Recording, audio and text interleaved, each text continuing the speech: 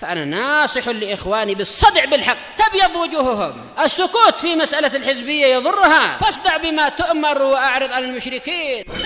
سلامي على دماج ورجالها والشيخ يحيى ودار العلم يا سعد بانيها. Bismillahirrahmanirrahim. Pada kajian kita Syarhul Manzumatil Baiquniyah, kita masih di tengah-tengah syarah penjelasan tentang hadis Al-Mursal. Dan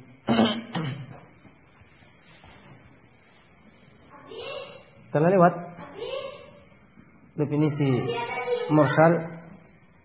Dia adalah hadis yang diidhofahkan oleh tabi'i. Dan siapa yang masuk dalam hukum tabi'i kepada Nabi sallallahu alaihi wasallam, disebutkan suatu hadis kepada Nabi sallallahu alaihi wasallam dari seorang tabi'i atau yang dihukumi sama dengan tabi'i, yaitu sahabi shighar yang belum sampai usia tamyiz, mumayyiz ketika meninggalnya Nabi sallallahu alaihi wasallam. Tasrihan atau hukman, secara syar'i atau secara hukum. Biduni dzikril wasithah, tanpa penyebutan perantara. Dan bahwasanya hadis mursal masuk dari kategori hadis yang dhaif. Kenapa? Karena tidak memenuhi atau tidak terpenuhi padanya syarat. Satu syarat dari syarat-syarat qabul atau sihah. Syarat-syarat hadis yang diterima atau syarat-syarat hadis yang sahih, yaitu ittisal, yaitu al-ittisal, bersambungnya. Di mana dia tidak menyebutkan perantara antara dia dengan Rasulullah sallallahu alaihi wasallam. Kita juga tahu apakah yang sakit itu yang tidak disebutkan itu adalah sahabat atau selainnya, atau bukan sahabat. Sementara di zaman itu telah terjadi fitnah dan beberapa kebid'ahan seperti bid'ah Rafidhah, Khawarij, demikian Qadariyah, dan telah datang kabar-kabar dari orang yang telah taubat dari mereka, sama yang dinukil oleh Imam Al-Hafidh Ibn Hajar dalam Muqaddimah Lisan Al-Mizan, beberapa asar yang menunjukkan bahwasanya mereka apabila meyakini sesuatu dan hawa nafsu mereka ingin membenarkan sesuatu, mereka menjadikannya sebagai hadis, yaitu memalsukan hadis dan mensebatkan kepada Rasulullah SAW dan menebarnya di tengah-tengah manusia di zaman mereka, sehingga mursal itu tidak bisa diterima sampai datang syawahid, demikian tasrih siapa yang sakit yang tidak disebutkan darinya. Apabila dari sahabat atau orang yang terpercaya maka diterima, kalau tidak maka tidak.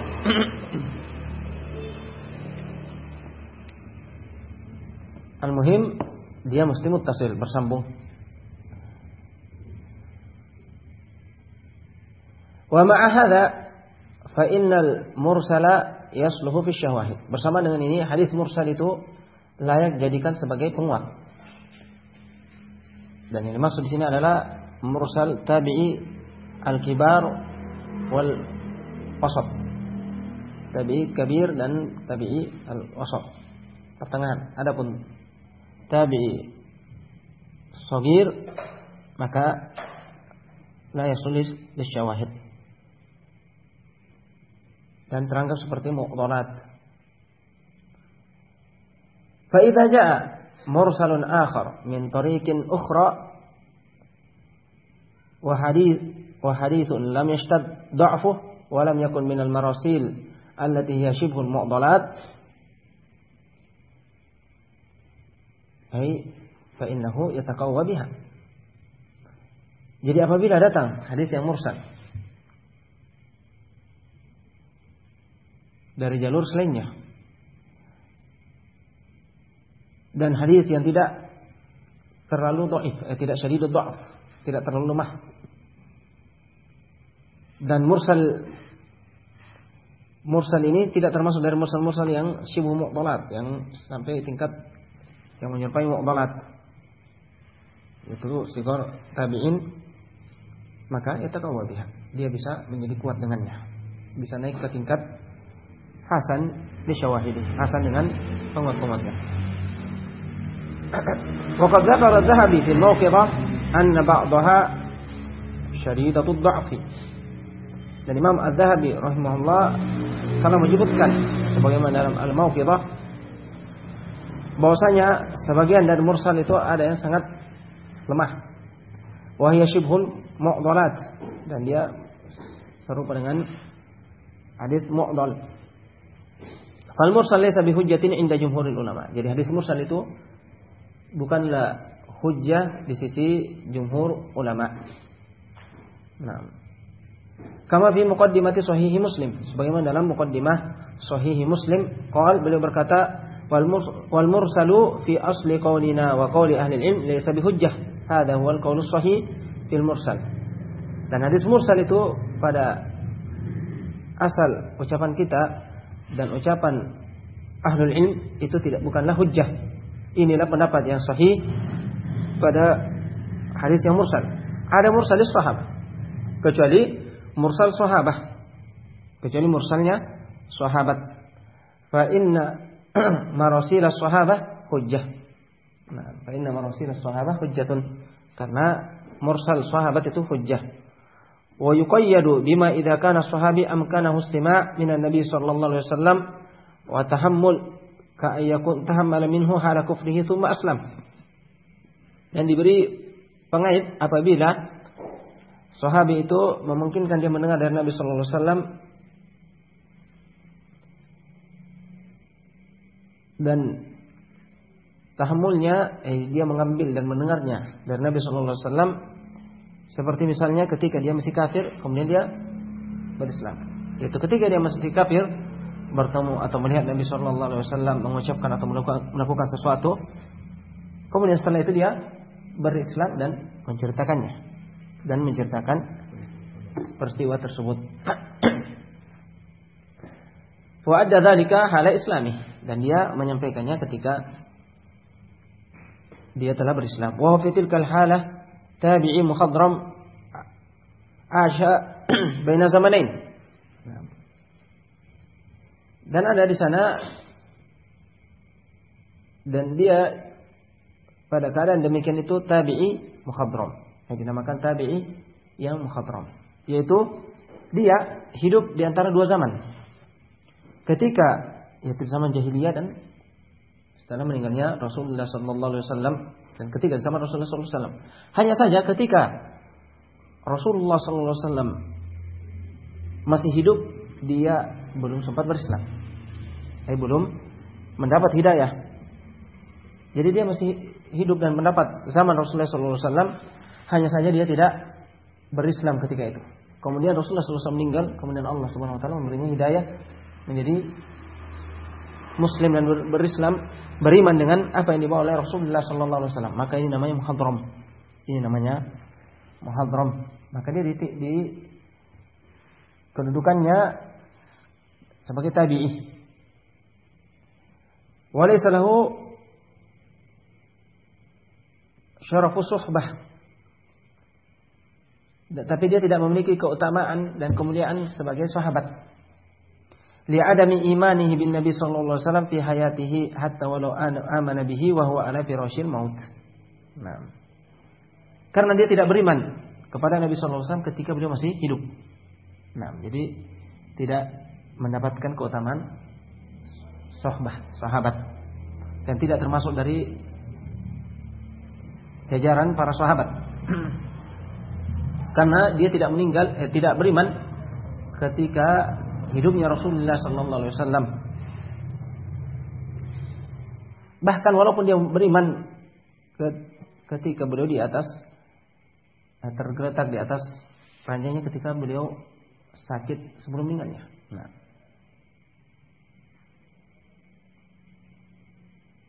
maka itu masih masuk. Tapi kalau dia atau beliau telah meninggal dan dia beriman setelah Rasulullah SAW meninggal, bahkan walaupun beliau masih belum dikuburkan, maka ini dia masih mukhadram. Dia dihukumi sebagai mukhadram dan tidak memiliki keutamaan sahabat. Waqad allafa al-Hafidh Ibrahim bin Muhammad Sibti Ibn al-Ajmi juz'an ismuhu Tazkiratut Talibil Mu'allam liman yuqalu innahu mukhadram. Dan Al-Hafidh Ibrahim bin Muhammad telah menulis kitab yang namanya Tazkiratut Talib Al-Mu'allam liman yuqalu innahu mukhadram, yaitu nama-nama mukhadram, orang-orang yang dijuluki atau kedudukannya sebagai mukhadram, yang hidup di zaman Rasulullah SAW, mendapati zaman Rasulullah SAW, tapi tidak beriman kepada beliau dan beriman setelahnya, setelah meninggalnya Rasulullah SAW. Ini namanya mukhadram. Sementara sahabat itu man laqiya Nabi sallallahu alaihi wasallam mu'minan bih, yang bertemu dengan Nabi sallallahu alaihi wasallam dalam keadaan beriman dengannya. Adapun bertemu dengan Nabi sallallahu alaihi wasallam atau melihatnya tapi tidak beriman, dalam keadaan beriman ketika itu yang masih kafir sampai meninggalnya Rasulullah SAW, kemudian setelah itu baru dia berislam dan beriman, maka itu dinamakan mukhadram. Hidup di zaman Rasulullah sallallahu alaihi wasallam. Qala ba'da al-muqaddimah, beliau berkata setelah muqaddimah, thumma liya'lam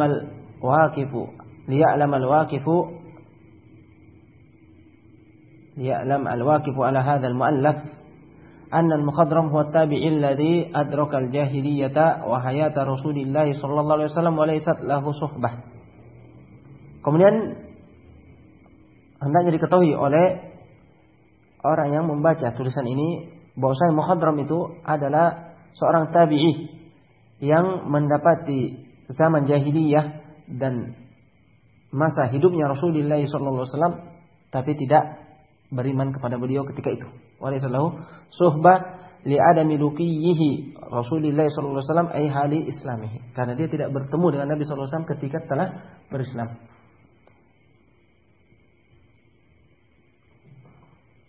Qala amma intaha.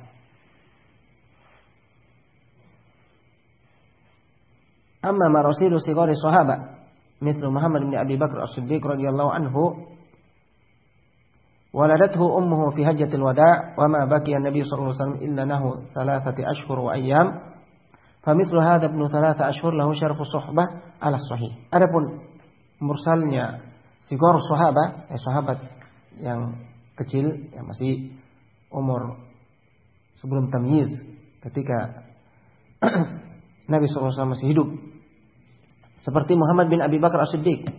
Muhammad bin Abi Bakar As-Siddiq radhiyallahu anhu. Nah, di mana ibunya melahirkannya di Hajjatul Wada', ketika Rasulullah SAW perjalanan untuk berhaji, yang dengan Hajjatul Wada'. Dan ini terjadi di akhir-akhir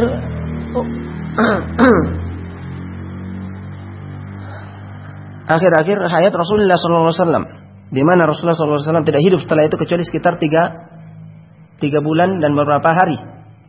Nah, jadi ketika dia Hajjatul Wada' lahir, berarti dia Rasulullah SAW meninggal sementara dia masih sekitar 3 bulan lebih umurnya. Maka yang demikian ini memiliki syarafus suhbah, keutamaan sahabat ala sahih, berdasarkan pendapat yang sahih. Walladzina allafu fi sahaba adkhalu fi kutubihim min hadzal sinfi, dan yang menulis nama-nama sahabat, sekitar sahabat dan nama-nama mereka, memasukkan yang jenis ini, yaitu yang masih umur balita sekitar 3 bulan atau lebih sebelum usia tamyiz, ke dalam jajaran para sahabat, dan nama-nama mereka dimasukkan dalam kitab yang menyebutkan nama-nama para sahabat.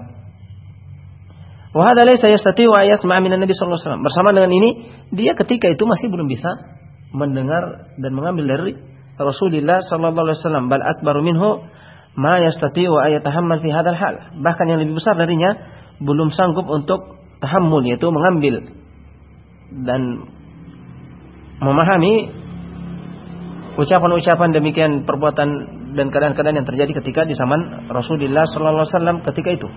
Innama lahu syarafus suhbah wa marasiluhu kama rasili kibari tabi'in. Tapi dia memiliki keutamaan sebagai sahabat dan mursal-mursalnya, yaitu yang dia meriwayatkan dari Nabi sallallahu alaihi wasallam langsung tanpa perantara, dihukumi sama seperti marasil kibar tabi'in. Marasilnya tabi'in al-kibar yang bisa dijadikan syawahid, tapi apabila tidak ada penguatnya maka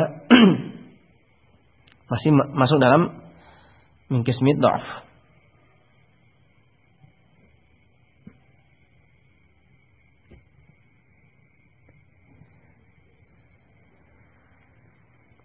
Baik.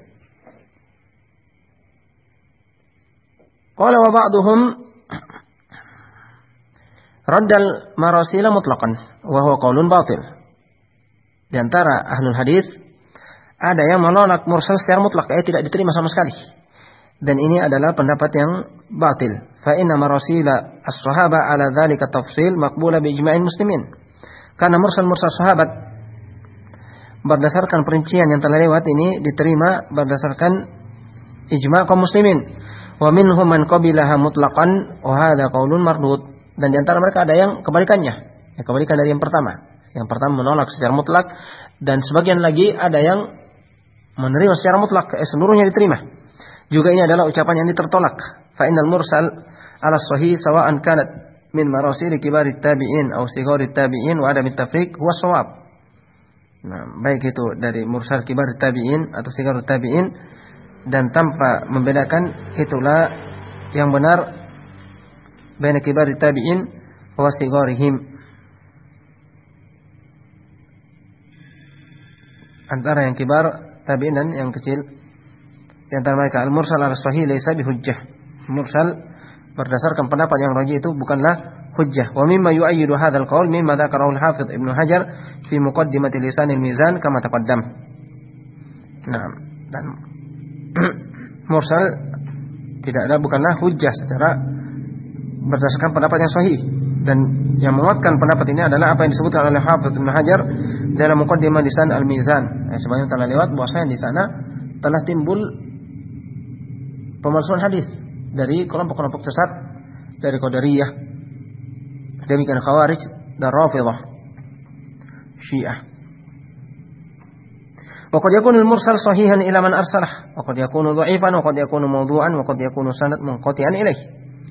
Dan hadis mursal terkadang sahih dari sisi sanad sampai kepada pengucapnya, sampai kepada pengucapnya dari tabi'in ini.